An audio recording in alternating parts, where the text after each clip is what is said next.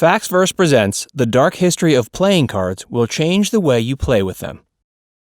Before we get started, make sure to like this video and subscribe to our channel for more great videos.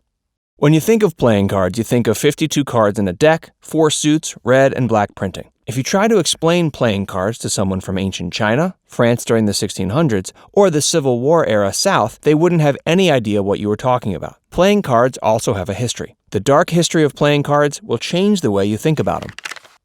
Originated in China. Most experts agree that playing cards originated in China. If you believe that dominoes are the distant cousin of playing cards, you would fit right in with the ancient Tang dynasty. Scrolls from the Tang dynasty mention a game of paper tiles that were a cross between playing cards and dominoes. The most recent versions resemble mahjong tiles and are said to be the first recorded usage of playing cards. Nomads. Other historians believe that playing cards date back to the nomads who used cards to tell fortunes. Later, they were known as tarot cards, beginning in India. The origin of playing cards is a mystery, but there's no doubt that they became a part of pop culture. Medieval Europe. Today, playing cards are a form of amusement. In medieval Europe, a card game meant that there would be alcohol, gambling, and the potential for violence. Back then, and even today, if something supports a vice, people are into it. Card games became so violent and the law was being broken so often that playing cards in some places were banned. For example, in Paris in 1377, it was illegal to play cards on workdays in fear that it would cause an outbreak of bad behavior. The Devil's Picture Book. Of everyone who thought that playing cards were terrible, nobody hated it more than religious officials. They believed that cards were the devil's picture books and would only lead to criminal activity. Like most forbidden things, playing cards were still very popular among people from all walks of life. Everyone played. Just about everyone played cards. Some admitted it and some didn't. Kings, clerics, noblewomen, sailors, prostitutes, and prisoners all enjoyed playing cards. Gamblers saw playing cards as more than a game. They saw it as a money-making opportunity. Gamblers would fill basements, bars, and any other hidden location to play cards and make some money.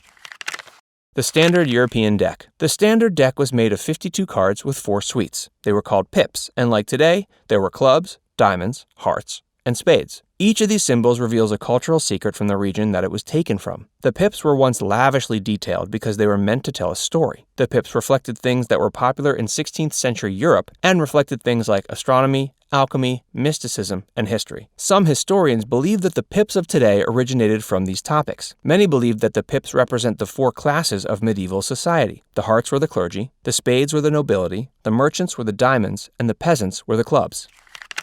German playing cards. German playing cards had different pips than European cards, and their iconology was different. Instead of spades, German cards had bells because they represented German nobility. They also had roses, clovers, acorns, and shields. According to historians, these symbols cannot be traced to anything specific. Whether they chose roses or shields, it was all about the personal taste of the deck's owner.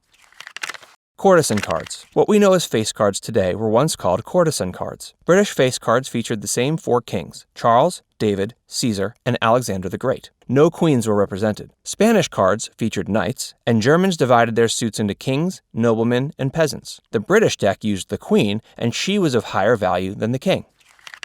The Joker and the Ace. The court jester represented the Joker and still does. Years ago, the Joker was the highest value of the face cards, and today, the Joker is wild. As far as the Ace goes, it has been confusing people since the playing card's conception. Some say it has the highest value of all the cards. Some say it has the lowest.